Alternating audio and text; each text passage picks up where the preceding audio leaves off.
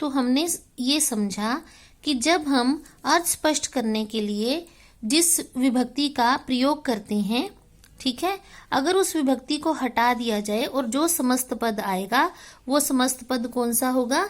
संप्रदान तत्पुरुष समास। अगला है अपादान तत्पुरुष समास। अब ये देखिए, अपादान की जो विभक्ति होती है वो से यानी अलग होने की भावना से ये विभक्ति चिन्ह होता है, ठीक है। अब देखिए, हम पहले समास विग्रह से शुरू करते हैं। हमारा शब्द है ऋण से मुक्त, यानी ऋण से अलग हो गया, मुक्त हो गया। धर्म से विमुख, धर्म से दूर हो गया, विमुख होना दूर होना। जीवन से मुक्त, यानी उसकी गति होगी, वो जीवन से मुक्त हो गया। अगर इन अर्थों को हम एक शब्द में लिखें तो हमारे शब्द क्या बनेंगे? ऋण से मुक्त, ये से विभक्ति हम हटा देते हैं तो ये बन जाएगा ऋण मुक्त, ये ऋण मुक्त आ गया। ऐसे ही धर्म से विमुख, से विभक्ति का अगर लोप हो जाए तो शब्द क्या बन जाएगा? धर्म विमुख। जीवन से मुक्त में से विभक्ति का लोप कर दें तो जीवन मुक्त। ऐसे ही अगले शब्द देखते हैं, गुण से हीन, यानी गुणों के बिना, गुण से हीन जिसमें गुण नहीं होते, तो से विभक्ति का लोप कर दे तो शब्द बनेगा समस्त पद गुणहीन। ऐसे ही भय मुक्त हमारा समस्त पद है, इसका अगर अर्थ स्पष्ट करें तो इसका अर्थ ये नहीं आएगा कि भय के लिए मुक्त, भय के द्वारा मुक्त, भय को मुक्त, ऐसा अर्थ नहीं आएगा ना। इसका अर्थ हम क्या करेंगे? जो भय से मुक्त है उसको भय मुक्त कहेंगे, तो विभक्ति क्या लगाई? से, ठीक है ना, भय से मुक्त। तो जहां पे से विभक्ति लगा के अर्थ स्पष्ट होगा, जन्म जन्मांध, जन्म से अंधा, ठीक है ना। तो जहां से विभक्ति का लोप हो और ये समस्त पद बने, तो क्योंकि विभक्ति वहां पे लगी हुई थी से, तो वो अपादान तत्पुरुष की है अलग होने के भाव में, तो ये हमारा अपादान तत्पुरुष समास बन जाएगा। 5 नंबर पे आता है संबंध तत्पुरुष। यहाँ पे देखिए, समस्त पद है अमृत धारा। अब देखिए, संबंध में हम शब्द पढ़ते हैं का, के, की, रा, रे, री, ये विभक्तियां होती हैं। तो अमृत धारा का अगर हम अर्थ स्पष्ट करें तो क्या अर्थ है? आप जानते हैं, अमृत की धारा। प्रेम सागर का अर्थ स्पष्ट करें तो प्रेम का सागर।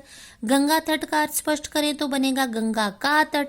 यानी इसका अर्थ स्पष्ट करने के लिए हमने की, का ये विभक्तियों का प्रयोग किया, और ये विभक्तियां कौन से कारक की होती हैं? संबंध की। तो ये संबंध तत्पुरुष समास कहलाएगा।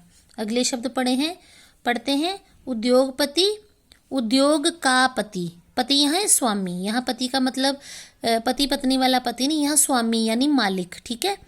उद्योग का मालिक, उद्योग का पति। भारत रत्न, भारत का रत्न। गृह स्वामी, घर का स्वामी, घर का मालिक, घर, ठीक है, गृह का स्वामी। तो यहाँ पे हमने जब ये शब्द बनाया, समस्त पद बनाया, और इसका अर्थ स्पष्ट करेंगे, तो अर्थ स्पष्ट करने के लिए हमें का, के, की इत्यादि विभक्तियों का प्रयोग करना पड़ेगा। तो जहाँ का, के, की आदि विभक्तियां लगती हैं तो वो हमारा कौन सा समास बन जाएगा? संबंध, क्योंकि ये विभक्तियां संबंध कारक की होती हैं, तो ये संबंध तत्पुरुष समास कहलाएगा। अब आ गया अधिकरण तत्पुरुष। अधिकरण तत्पुरुष, अब अधिकरण समास की विभक्ति होती है पर, ठीक है।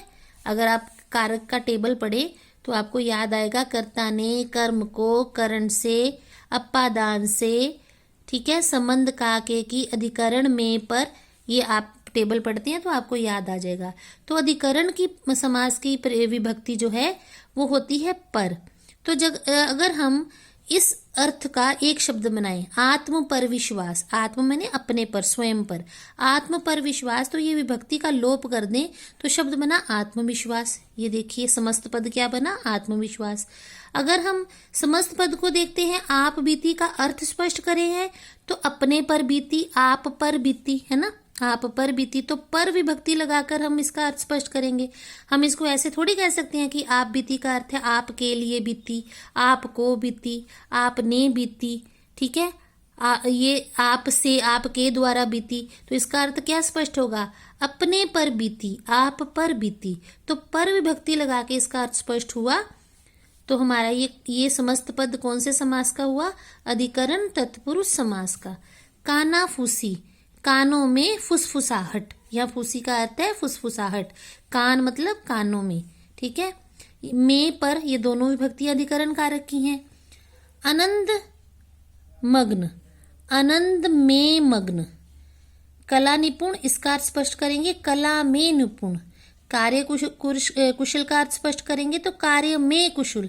तो हमें ये में विभक्ति लगाकर इसका अर्थ स्पष्ट करना पड़ेगा।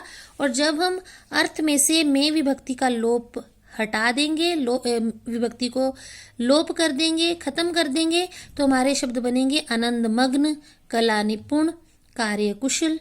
तो ये आपको समझ में आ गया होगा कि जब हम किसी समस्त पद का अर्थ स्पष्ट करने के लिए विभक्ति का प्रयोग करते हैं और वो विभक्ति जो है जिस कारक की होगी तो वो तत्पुरुष समास का वही कारक होगा। जैसे पर विभक्ति अधिकरण कारक की है तो ये अधिकरण तत्पुरुष समास कहलाएगा। ठीक है। अब इसमें आपको एक बात और सीखनी है।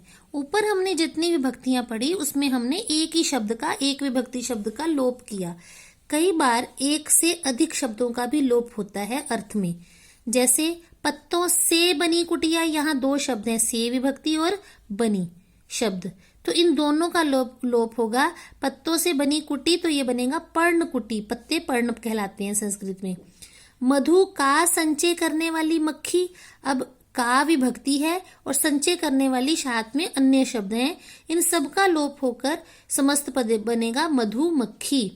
रेल पर चलने वाली गाड़ी, ये पर जो है अधिकरण कारक की विभक्ति है, लेकिन चलने वाली ये दो शब्द और साथ में जुड़े हुए हैं अर्थ को स्पष्ट करने के लिए, तो ये बन जाएगा रेल गाड़ी।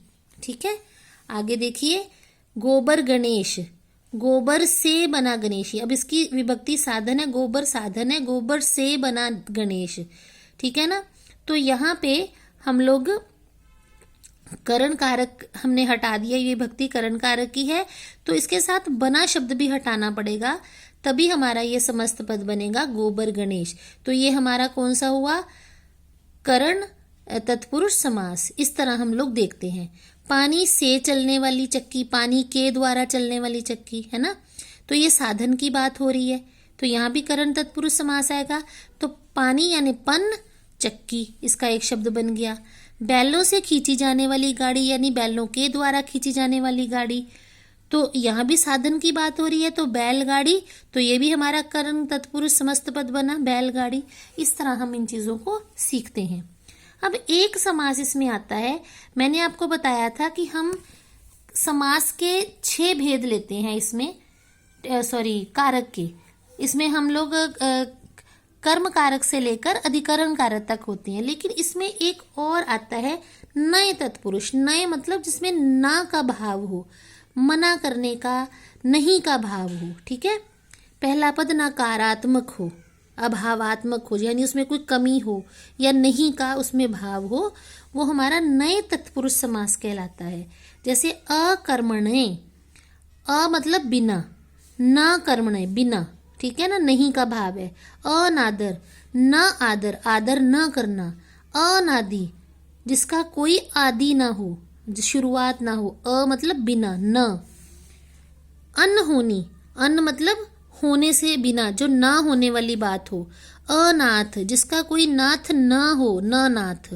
अन्याय, जिसके साथ न्याय ना हो। तो जहाँ पे न की नहीं वाली बात आ जाती है वो हमारा समास कौन सा कहलाता है, नए तत्पुरुष समास।